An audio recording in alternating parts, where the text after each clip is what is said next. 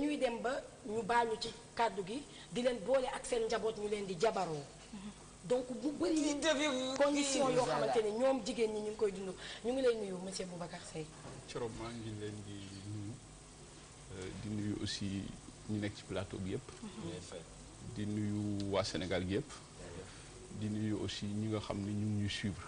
depuis bitim réew. di ñaan aussi que à travers cette émission là mu am des solutions. parce qu'aujourd'hui on est à la recherche de solutions parce que dafa am il y a urgence absolue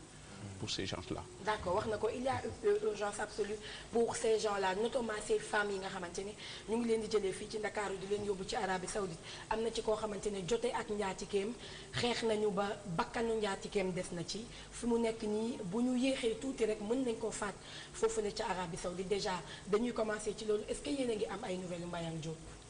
Mbayang Diop moom ngeen di gis nii ci image bi. Absolument ben ñun amuñu benn nouvelle hein parce que à part sa sœur. bi nga xam ni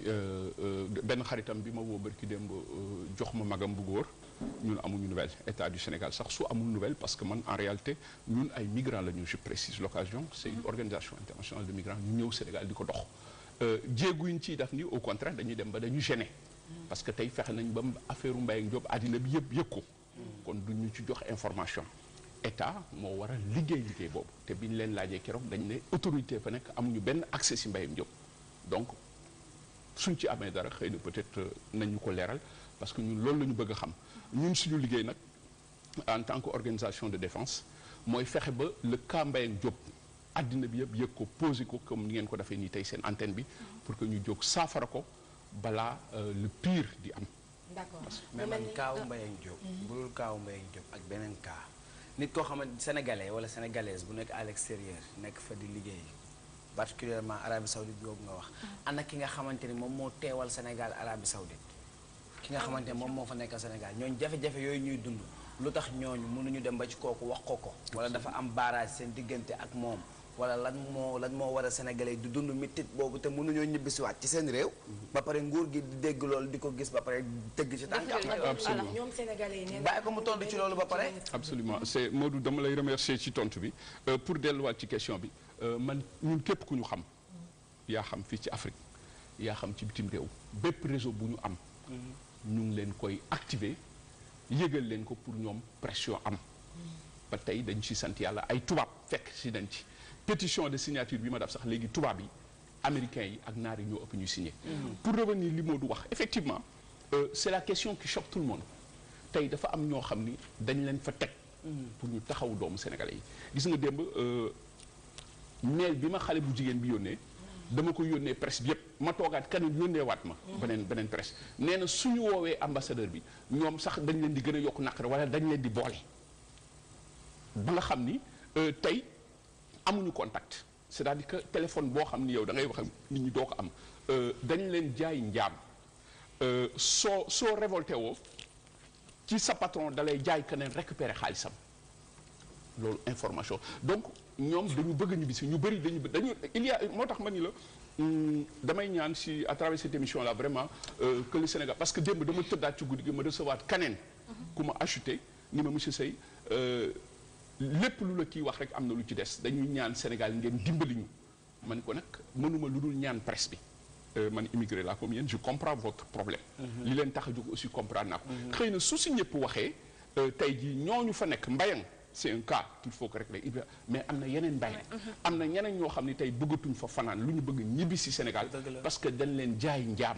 c'est-à-dire jaay njaam Thioro mu leeralal ñu loolu jaay njaam c'est-à-dire lan exactement. voilà contrat bi xam nga tout dañuy dellusiwaat sur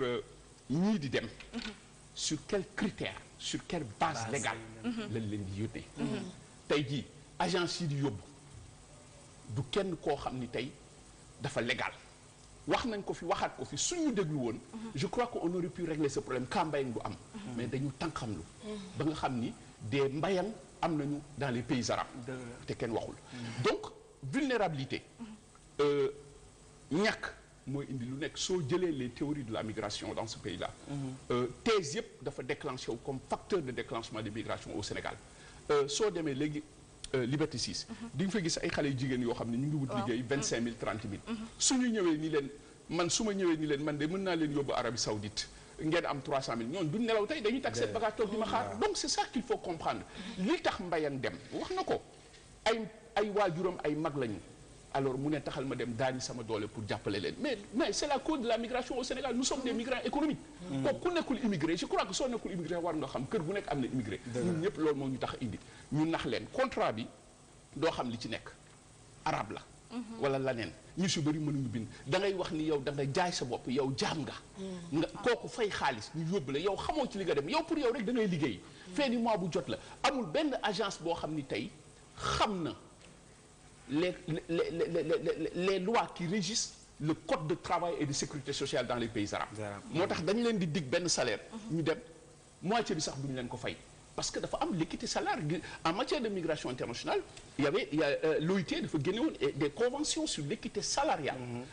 ki tukki ak ñi mu fekki pour mu am une adéquation sur cela yooyu yëpp kenn du ko ci jàng donc yooyu yëpp ça pose des problématiques yow nga dem pour liggéey alors nga dem non seulement li nga xalaatoon amoo ko on te fait travailler 24 sur 24 ndaw si wax na ko amuñu samedi amuñu dimanche dañuy tëddee dañuy foowee dañuy lii dañuy la nga bëgg a kaas xam nga ñuy def dañ lay jaay keneen récupérer seen xaalis parce que bëgguñu ko rebelle wu amuñu aucune assistance juridique en matière de droit international dama wax ni tey depuis 1990 il y a une féminisation des flux migratoires jigéen ñi ni góor ñi doon tukkee xam nga jigéen ñi dañ doon dem par regroupement familial sa jëkkër mu ngi Italie mu ngi Espagne nga dem mais léegi jigéen ñi dañuy takk seen dikk boo demee États-Unis ñoo fa nekk soo demee fan ñoo fa nekk donc il y a une féminisation des flux migratoires 48,6% des migrations internationales occupent les femmes mais amul aucune législation en matière de droit international chaque pays d'accueil moo nekk souverain di def lu ko neex loolu moo tax le cas Mbayang parce que l'Arabie Saoudite est souverain et c'est là nous interpellons les Nations Unies pour mu jóg pour une nouvelle redéfinition des règles de la migration parce que tey ñëppay tukki te jigéen dafa nekk couche vulnérable bu ñu war a protéger ñu ngi leen di violer ñu ngi leen di toroxal ñu ngi leen di def jàmm esclavagisme moo am dans ces pays là voilà en parlant d'esclavage qu'est-ce qu'on doit faire puisque ñi nga xam ne ñoo leen représenté ci pays yooyu bu ñu demee comme ni nga ko waxee sànq y a un barrage on peut pas wala suñu leen waxee wax nga ko yow yaa ko wax ñoom ci ñun ñoo leen di boole ji qu'est-ce qu'on peut faire réellement loolu la ma ndaw si wax loolu la ma ndaw si wax parce que je ne suis pas l'État du Sénégal loolu la ma ndaw si wax ci email yónnee naa ko presse àddina bi yëpp pour ñu yëg ko parce que si c'est ça c'est grave non c'est plus que grave il y a urgence absolue le niveau d'urgence est très élevé il faut que Sénégal jóg pour ñu dimbal leen xam nga man li may daj man maa xam du ma nelaw ñoom dañuy foog ni man du ma état du Sénégal immigré là je suis venu poser un débat ma bàyyi suma lépp ma ñëw il faut que mu leer kenn fayuma ci dërëm kenn jàppale wu ma ci yéen état lu ñu ci am nag c'est la presse moo tax j'en profite pour remercier la presse sénégalaise et internationale RFI daf na ko bërki démb TV5 daf na ko démb ay italien daf na ko ba gis nga actuellement rendez-vous yu ma am yëpp ci àddina bi des Européens des Anglais des Italiens qui viennent di def seen thèse souvent dañuy ñëw ci man ñoom ñëpp dama leen annulé dama leen le cas Mbayang est urgent ci loolu laa nekk j'ai annulé tout ba ay conférence yu ñu ma doon woo pour fay ma sax dama ko arrêté lii rek laa ci mën wax ba ñëpp dégguñu léegi wax nga ko pourquoi tout cela parce que le Sénégal dafa musul am benn politique migratoire buy défendre ay doomam xam nga lan moo fi am dañu jëlul malheureusement may répéter ni critiqué wu ma kenn accusé wu ma kenn immigration du politique c'est un fait social malheureusement nous avons instrumentalisé ce dossier là dans ce pays là doomu aadama bakkanam dafa fort est-ce que vous comprenez loolu voilà bis bu sore ku tukkiwul nag doo ko xam gis nga li leen dal la ñu bëri nit ki ci li mu bëgg rek lañ koy nax damay wax ni ñun ñëpp nous sommes des migrants économiques man damaa dem ba ma amee 22 ans laa génn Sénégal dama doon jàng li tax ma toog fa parce que dama bëgg a tekki damaa bëgg jàppale moo dal ñëpp il faut qu'on prenne le problème sur ce cadre là bu kenn blâmer kenn c'est des gens vulnérables c'est la vulnérabilité migration dafa dévoiler dans ce pays des conséquences multiples yoo xam ni tey suñu toogul waxtaanaat xool des solutions dans un débat participatif inclusif ça va ser une bombe parce que le cas Mbaye ak ñeneen ak yeneen yu ñu waxul ci Europe ak ci àddina bi kon tey il faudrait pour répondre à sa question lan moo amul une véritable politique migratoire boo am da xam dafay ëmb les problématiques des Sénégalais de l'extérieur posé ko pour mën ko saafara il faut aujourd'hui qu'on change de vision il faudrait d'autres stratégies pour mën a taxawu tey Sénégalais yi nga xam ne ñoo jokkoo problème yi jafe-jafe. du ma la dog de mais dama ko bëggoon a laaj rek. waaw baal ma dugal laaj bi ak ñu dugg. wala lema dama ko bëggoon laaj rek agence yi nga xamante ne aussi ñi ngi jëlee jigéen ñi fii di leen yóbbu foofu ñuy liggéey est-ce que duñu ay complices ci affaire bi. wax na ko léegi nee na la. J'ai lu le mail tout à l'heure. Ouais. J'ai eu presque les larmes aux yeux. Moi, c'est là où je veux intervenir. Parce que ñoom ñoo leen di jaay en fait. il paraît que y a mais des lu tax gens... agence yooyu nekk ci dëkk bi waa dëkk bi yëg ko. bàyyi agence yooyu ci dëkk bi ñuy def loolu Pape Sidi loolu mais c'est est-ce que ay agence yoo xam ne ñu ngi dox ci droit la aussi est-ce que légal nañ. on peut dire parce que ci réseaux sociaux yi man am naa ci cas boo xam du benn du ñaar dañuy toog di la envoyer message. ne la tu veux aider ton père ou tu veux aider ta mère. je te propose un salaire de tel mais yow yaay lijjanti sa frais yi nga xam ne. oui ma doguma la. boo xawee comme ni mu ko waxee mais doguma la de. Sénégal lu fi illégal xam nañ ko. am na tamit amaana dañ ciy teg seen tànk bañ ci wax. waaye lu fi illégal. état am na lépp mu mel ni dañoo minimaliser affaire yi. J'étais dans cette lancée de ma question. Il paraît que dafa am vous avez une longueur d'avance sur l'affaire Mbayang là. Vis-à-vis de nous. Il y a des téléspectateurs qui nous regardent. C'est une question un peu généraliste. Qu'est-ce qui se passe dans le cas Mbayang? Parce que je pense que dafa mel ni histoire bu mel nii. à bébé Aïcha tamuy teyar. bébé Aïcha mosoon na ko dund. te je pense que c'était dans les pays arabes. dama am samay morom yoo xam ne dañ lay nettali ne la même Maroc yi boo fa nekkee. boo nekkee nit bu ñuul dañ lay xool ne la regarde il fait quelle heure nga xool pour wax na ne tu as une peau noire wala pour nga romb leen ñu tufli pour te dire que tu ne signifies rien pour ces gens-là on continue à être toujours des esclaves. Si on va là-bas pour faire la boniche on est l'esclave d'office. surtout bu ñu fayee 3 millions pour nga ñëw. jëluñ la pour nga nekk seen bon dañ la jël pour nga nekk seen jaam. donc il faut que Sénégalais yi comprendre loolu beneen bi ci des mooy il faut ñu comprendre lan moo dal Mbaye ak moom ak bu ñu comprendre lan moo dal Mbaye ak moom comment est-ce qu'on peut faire nous Sénégalais pour pouvoir apporter notre soutien qui est vraiment d'une urgente nécessité. Absolument voilà le cas Mbayang loolu la ñu di ko wax parce que Mbayang dafa demoon di liggéey ci kër comme femme de ménage on lui aurait reproché damay jël le conditionnel parce que fekkewuma ko moo tax justement il faudrait aujourd'hui effectivement ouvrir l'ouverture d'une information judiciaire il faut une enquête xam nga lu ma dul d'accord parce que dañ ko jiiñ dafa rey jabaru patron am na sax ay jigéen ñu ñëwoon keroog ni ma monsieur Seye dañu tiit parce que il paraît que ci mu rey jabaram sax collaborateur direct roi la bi kon dañu tiit man ko yàlla rek a fi nekk Mbaye duñu d'accord ñu rey ko ça c'est clair. Mbaye mii dañ ko war a rey. dañ ko war a décapiter elle est sous menace de décapitation maintenant léegi comme ni nga ko waxee est-ce que nit dina ñëw ci kër nit di fa liggéey di yaakaar kooku fay la xaalis nga jël paaka di ko jëm. kon il y a un problème. alors qu'est-ce qui a amené tout cela. il faudrait une enquête. une information judiciaire bu ñu kii loolu parce que man mënuma d'accord moo tax lépp c'est là où je reviens à l'État. État dafa am une mission régalienne mooy protéger ay citoyens. dans de telles conditions dafa am lu ma ci bëgg saraxal monsieur Seye nga may ma ñu def ko une pierre de coups état am nañu bu ñu jëlalee le président de la république bi nga xamante ne lu mu bëgg a xam 5 minutes après dina ko xam am nañu le ministre des affaires étrangères am nañu le directeur des Sénégalais de l'extérieur monsieur Birima Mangara am nañu consulat yi nga xamante ne ñoom ñoo nekk ci dëkk yi les ambassadeurs te wax nga ko sànq ni ngay jotee ay mail da ngay jot di ñu transférer ñun ñoom ci seen bopp dañuy yónnee ay mail di sàcc ay téléphone di ñu woo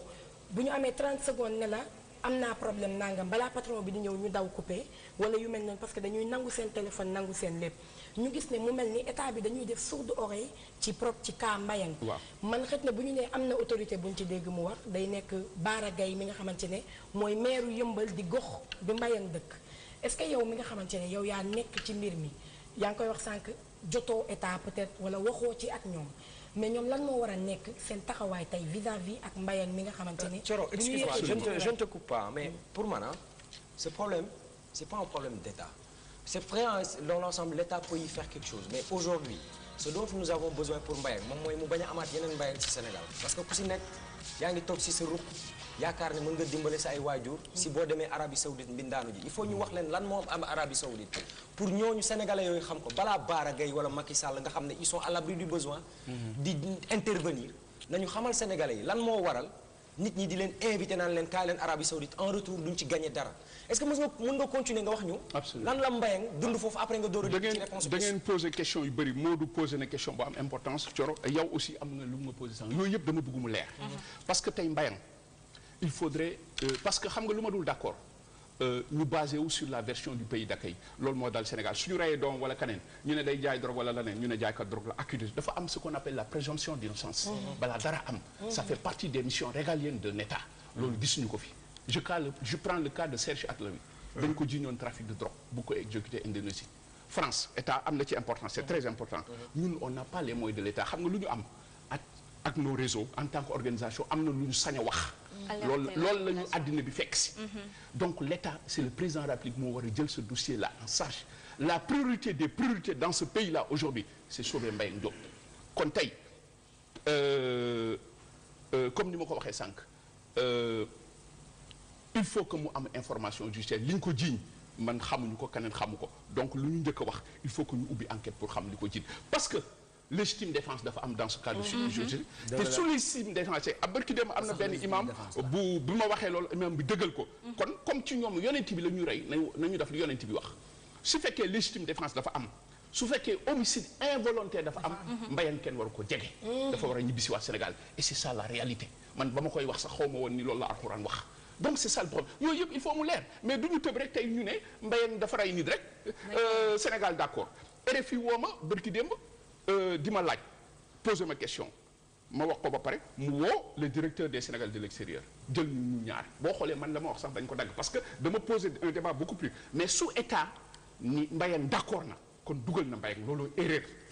da ngay défendre sa doom loolu la Serge Atlaoui France dafa jóg di yooxu Sénégal kenn àddina bi yëpp kenn déggatul ba ci ñun ñii Horizon sans frontières bokkoon na ci ñu wax ni l'Indonésie dafa war a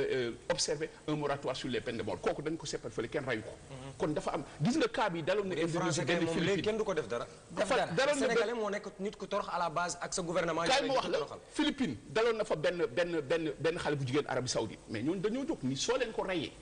ñu menacé leen gis nga xale bi dañ ko dugal avion mu delluwaat kër kon ñun fulla boobu ak loolu la ñuy xaar ci état pour répondre à votre question il faut que l'état mu jóg moom mooy njëkk a jóg moo tax nous avons fait une pétition adressée au président de la République nous avons demandé la médiation de Sa Majesté le roi Mohammed VI parce que tey aussi il faut que ñu prônions un islam tolérant parce que l'immigration pose des problématiques de paix de sécurité et d'intégrité humaine alors jàpp ni di daggatee naan lii il faut que ñu xoolaat parce que tey l'islam est mis au banc des accusés dañuy accuser l'islam par des faits anthropologiques et non par